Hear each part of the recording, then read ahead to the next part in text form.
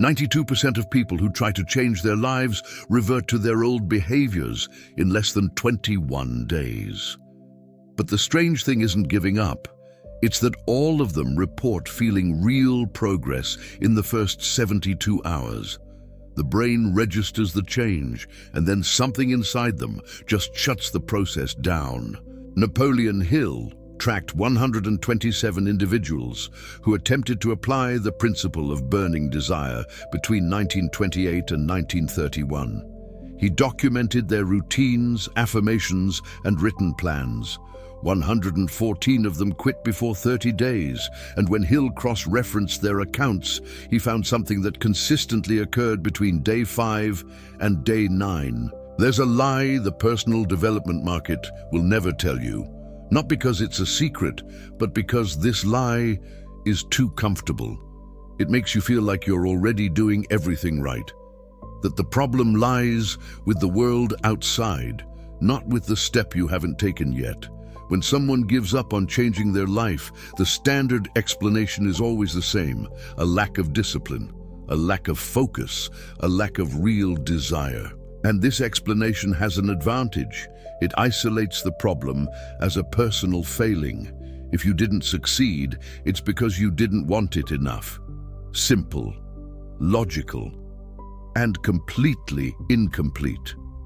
Because what Napoleon Hill discovered between 1928 and 1931, while documenting dozens of attempts at change, had nothing to do with a lack of will. It had to do with an invisible window in the human brain, a zone of neural silence where the reward disappears, progress remains invisible, and the person is left alone with the effort without any signal that they are on the right track. And it's in this window that 92% give up. Not because they failed, but because no one told them that this zone exists and that passing through it is the only way. Popular belief suggests the problem is a lack of discipline, that those who quit didn't want it enough. This explanation comes from the behaviorist psychology of the 1950s, B.F. Skinner, operant conditioning, positive reinforcement. The idea was simple. Behavior that is rewarded is repeated. Behavior that is not rewarded disappears. And for decades, it was the best explanation available. The problem is that this psychology measured visible behavior, but it didn't measure what was happening in the nervous system during the attempt to change. It didn't measure dopamine. It didn't measure the nucleus accumbens. It didn't measure the difference between wanting to start and wanting to continue. So when someone started with conviction, followed the plan for a week, felt real progress, and then simply gave up for no apparent reason, the conclusion was obvious. The person wasn't truly committed. They didn't have a truly burning desire, because if they had, they would have continued. Makes sense, right? And it's exactly this kind of logic that keeps millions of people trapped in the cycle of trying, failing, and blaming themselves. Napoleon Hill was not a neuroscientist. He didn't have functional MRI, but he had something that the science of the 1950s didn't. He had time. 3 years observing real people trying to change their lives, and he began to notice a pattern. All the people who gave up reported the same thing. The change started well. The first 72 hours were intense. They woke up early, wrote affirmations, visualized their goal, felt mental clarity, real progress. And then, between day 5 and day 9, something changed. It wasn't an external event. It wasn't a financial crisis. It wasn't a health problem. It wasn't a lack of time. It was something internal, a feeling of emptiness, that the effort wasn't leading anywhere, that maybe it wasn't for them. And they stopped. Hill recorded this 114 times between 1928 and 1931. 114 different people, different ages, different goals, different contexts, all with the same temporal pattern. They started strong. They felt progress. And between day 5 and day 9, they gave up. He called this the invisible breaking point. But the science of the time didn't have the tools to explain what he was seeing. So the explanation remained the same: a lack of real desire, a lack of applied faith, a lack of persistence. And for 70 years, that was the standard answer, until neuroscience began scanning the brains of people trying to form habits and found something Hill had seen but couldn't name: a fuelless window, a neural interval where the brain rewards neither the beginning nor the continuation of the behavior, where the person is doing everything right, but the limbic system doesn't recognize it as valuable yet. And it's in this window that 92% give up. Not because they are weak, not because they don't want it enough, but because no one told them that this window exists. And that passing through it without feeling anything, without emotional reward, without internal validation, is exactly what separates those who change their lives from those who keep trying and failing. Say this out loud. The absence of will on day 8 is not a failure. It is mandatory neural transit. What you've just heard changes how we understand failure. And if you're starting to see that the problem was never you, subscribe to the channel now, because what comes next goes even deeper. We're going to dissect the exact neural mechanism that erases change between day 5 and day 9, and you'll need that before you try to change anything again. Now, let's return to the brain. The human brain operates with 2 parallel reward systems. The first is the anticipatory dopamine system. It fires when you decide to do something. When you wake up on a Sunday morning and think, starting tomorrow, I'm going to change everything. This system floods your prefrontal cortex with dopamine. You feel motivated, clear, urgent. The future seems possible. This is the system that makes you buy a new notebook, download a habit app, sign up for the gym, write out your plan.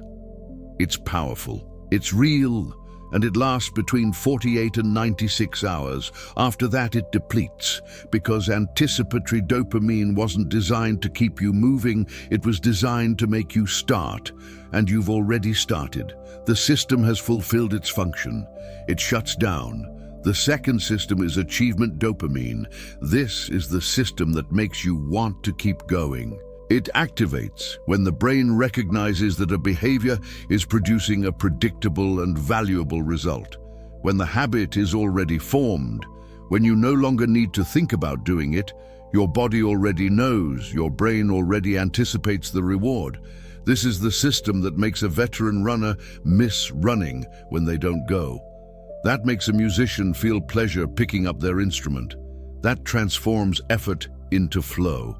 But this system only activates after 18 to 25 days of consistent repetition. And this is where the problem occurs. Between day 5 and day 20, you are in a no-fuel zone. The first system has already shut down. The second hasn't yet turned on. The brain doesn't feel rewarded for starting. You've already started. It doesn't feel rewarded for continuing. It hasn't become a habit yet. You are performing the behavior. The behavior is happening, but the limbic system doesn't recognize it as valuable yet. It's in this window that 92% give up, and when they give up, the automatic interpretation is, I don't want this enough. Because if they did, they would feel something, some sign that they are on the right track, some internal validation, but the neurochemical truth is different. You don't feel it because the human brain was programmed not to feel in this phase. The absence of reward between day 5 and day 20 is not a failure of your desire. It is a design of your nervous system. Research from University College London, 2009. Philippa Lally followed 96 participants trying to build simple habits: drinking water upon waking, walking 10 minutes a day, eating fruit for lunch. Behaviors that don't require heroic effort, behaviors that anyone can do once. Result, 81% reported an abrupt drop in motivation between day 7 and day 12. It wasn't gradual, it was abrupt. One day they felt clarity. The next day, emptiness. And when Lally cross-referenced these accounts with brain scans, she found the mechanism. On day 7, the nucleus accumbens, the brain's reward center, showed a 60% reduction in activation during the execution of the behavior. The person was drinking the water. But the brain wasn't processing that as a reward. It was processing it as effort without immediate emotional return. And the limbic system, when it doesn't detect a reward, sends a clear signal. Stop. You are expending energy without gain. Interrupt. That's why you feel like giving up on day 8. Not because you are failing, but because your brain is functioning exactly as it was programmed to function. Wolfram Schultz, University of Cambridge, 2015. He studied how the brain anticipates reward. He discovered that the dopamine system only begins to anticipate the outcome of a behavior after the 21st repetition. Before that, each execution is processed as an isolated event. The brain doesn't connect "I did this yesterday" with "I will do this tomorrow." Each day is a new decision, a new effort, without emotional accumulation. After the 21st repetition, something changes. The brain begins to predict the reward even before you perform the behavior. And when it predicts, it releases anticipatory dopamine again. But this time, it's not to make you start. It's to make you continue. It's at this moment that the habit forms. But to get there, you need to go through 18 days without prediction, without anticipation, without internal validation. 18 days where your brain doesn't know you're building something. It only knows you're expending energy, and it will ask you to stop every single time. Say this out loud.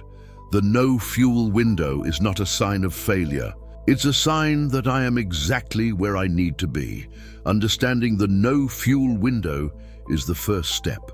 Getting through it is the second. And that's exactly why we created the Mental Reprogramming Planner, a practical 21-day system based on neuroscience and Napoleon Hill's principles to eliminate procrastination, build real discipline, and reprogram your mind for high performance. It's not motivation, it's neural engineering. The link is in the pinned comment of this video. Edwin Barnes was 28 years old when he decided to work with Thomas Edison.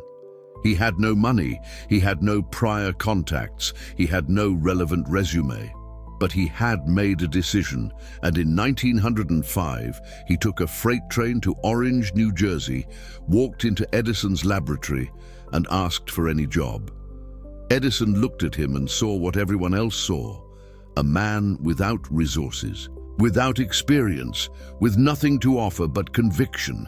And he accepted. He offered him an unpaid assistant position. Barnes started the very next day. For the first 11 days, he wrote everything down. He arrived before everyone else. He stayed late. He studied every machine, every project, every conversation. Barnes's journal from those early days is full of phrases like, "Today, I learned about the filament system, and I observed Edison solving an alternating current problem." Euphoria, clarity, visible progress. On day 12, the entry changed. "Today I felt for the first time that this isn't going to amount to anything." Nothing had changed externally. Edison didn't fire him. There was no crisis. There was no visible failure. But something inside Barnes shifted. He looked around the laboratory and, for the first time, felt he was wasting his time. That it wasn't going to lead him anywhere, that maybe he should go home. He didn't quit, but for the first time, he considered quitting. And that difference between feeling like quitting and actually quitting was what separated Barnes from 114 other people that Napoleon Hill documented during the same period. Barnes kept going, without feeling motivated, without feeling progress, without any validation that he was on the right track. 5 years later, Edison launched the dictaphone project, a voice recording machine for offices. He needed someone to commercialize it, someone who understood the product, who had followed its development, who knew every technical detail. Edison chose Barnes. Barnes became a partner in the project, The fortune he built began on that day, 12 in 1905, when he felt like quitting and didn't, when he pushed through the fuelless window without knowing he was pushing through a window. Napoleon Hill recorded this as an example of persistence, and it was. But it wasn't just that. It was an example of someone who pushed through the neural gap without interpreting it as a sign of failure. Research by Roy Baumeister, 2011. He studied willpower as a finite resource. He found that repeated decisions deplete the prefrontal cortex, the part of the brain responsible for self-control, and that when this area is depleted, the limbic system takes over. The limbic system doesn't reason, it feels. And when it doesn't feel reward, it sends a direct command: stop. Baumeister called this decision fatigue. And he showed that the people who manage to push through this fatigue are not those with more willpower. They are those who stop deciding. They turn the behavior into an automatic one before the limbic system has a chance to question it. And how do you make something automatic? By repeating it, without questioning, without evaluating, without waiting to feel like it. B.J. Fogg, Stanford Behavior Design Lab, 2019. He created the concept of tiny habits, behaviors so small that the brain doesn't have the energy to resist. 2 push-ups, 1 glass of water, 2 minutes of reading. The idea wasn't to create immediate results. The idea was to push through the fuel-less window with behaviors that don't require motivation to happen. And it works, because the brain doesn't measure intensity. It measures frequency. It doesn't ask, how much did you do today? It asks, how many days in a row have you done it? And when the answer is 21, the achievement dopamine system activates. And then you no longer have to force yourself. The brain starts to want to do it. But to get to 21, you need to push through the 18 days where the brain wants nothing, where every execution is a conscious decision, where there is no internal validation. And that's exactly where 92% stop, not because they can't, but because they interpret the absence of feeling as an absence of progress. And they give up on what was working. Exactly at the moment the brain was about to start rewarding them. Say this out loud: absence of emotional reward is not absence of progress. It's neural traffic. Now answer me one thing. How many times have you been inside that fuel-less window and thought the problem was you? Leave a comment below. I want to know how many people have pushed through this without understanding that it was mandatory neural traffic. And what comes next is even stranger, because neuroscience has discovered that there's a second mechanism that erases change. Even after pushing through the window, and no one tells you about that one, when you wake up on day 8 of a change that began with conviction and feel empty, when you look at the plan you wrote and it no longer makes sense, when you perform the behavior and feel nothing, no pleasure, no progress, no validation, just mechanical effort with no emotional return. This doesn't mean you're failing. It means you are exactly where the human brain expects to be at this stage. The fuel-less window isn't a detour, it's the path. Everyone who has changed their life has gone through this same zone. Andrew Carnegie went through it, Henry Ford went through it, Edwin Barnes went through it, Thomas Edison went through it, and he went through it 1,093 times before creating the functional light bulb. The difference between them and the 92% who give up wasn't having more motivation. It wasn't having more discipline. It wasn't having unshakable faith. It was knowing that the absence of motivation was temporary and neurological, not permanent, not personal. When Edison failed for the 100th time, he didn't think, I'm not cut out for this.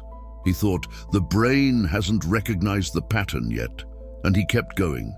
When Barnes felt empty on day 12, he didn't think, this isn't for me. He thought, the effort hasn't turned into a reward yet, And he kept going. They didn't have functional magnetic resonance imaging. They didn't know there was a nucleus accumbens. They didn't know that dopamine has two separate systems. But they knew that the absence of feeling wasn't a sign of error, and that difference in interpretation changed everything. Because the problem was never the window. The problem was always interpreting the window as failure. When you feel like giving up on day 8, what your brain is saying isn't, "You don't want this." What it's saying is, "I don't know if this is worth it yet. Prove it to me by repeating for 13 more days." It's a test. It's not a sentence. And most people fail the test because they think the test is about strength, about being able to force yourself to continue even when you don't feel like it. But the test isn't about strength. It's about interpretation. It's about looking at the emotional emptiness of day 8 and thinking, so I've entered the window. This means I am exactly where I need to be. This shift in perspective doesn't make the effort easier. It doesn't make you feel motivated again. It doesn't fill the void. But it changes the question you ask. The question stops being, "Why don't I feel like it anymore?" and becomes, "How many days are left until my brain starts anticipating a reward?" And when you know the answer, 13 days, you don't need motivation. You need to count. Day 8, 13 left. Day 10, 11 left. Day 15, 6 left. And on day 21, when the achievement dopamine system activates, you won't remember day 8 as the day you almost gave up. You'll remember it as the day you learned that the absence of feeling is exactly the sign that you are building something real. Because real habits aren't born in the euphoria of the first 3 days. They are born in the emptiness from day 8 to day 20, when no one is watching, when no internal system is validating, when the only thing sustaining the behavior is the decision to repeat without questioning. That's where transformation happens. Napoleon Hill called this applied faith. It's not faith in the outcome, it's faith in the process. It's knowing that the mechanism works even when you don't feel like it's working. And when you go through the window for the first time, something changes forever. Because you discover that you are capable of continuing without emotional fuel, that you don't need to feel like it to do it, that the absence of internal reward is not an absence of progress.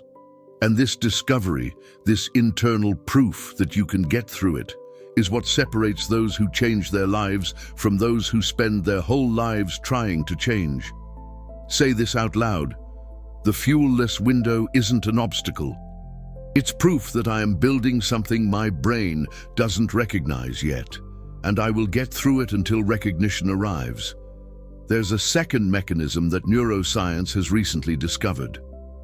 And this one is even more unsettling, because it happens exactly when the brain starts to reward the new behavior, when you've gone through the fuel-less window, when you've reached day 22, when you finally feel that the habit is forming. It's at this moment, and only at this moment, that 89% of people sabotage everything they've built, not for lack of desire, not due to an external crisis, but because of a self-sabotage mechanism that the prefrontal cortex activates when it detects that you are about to change your identity.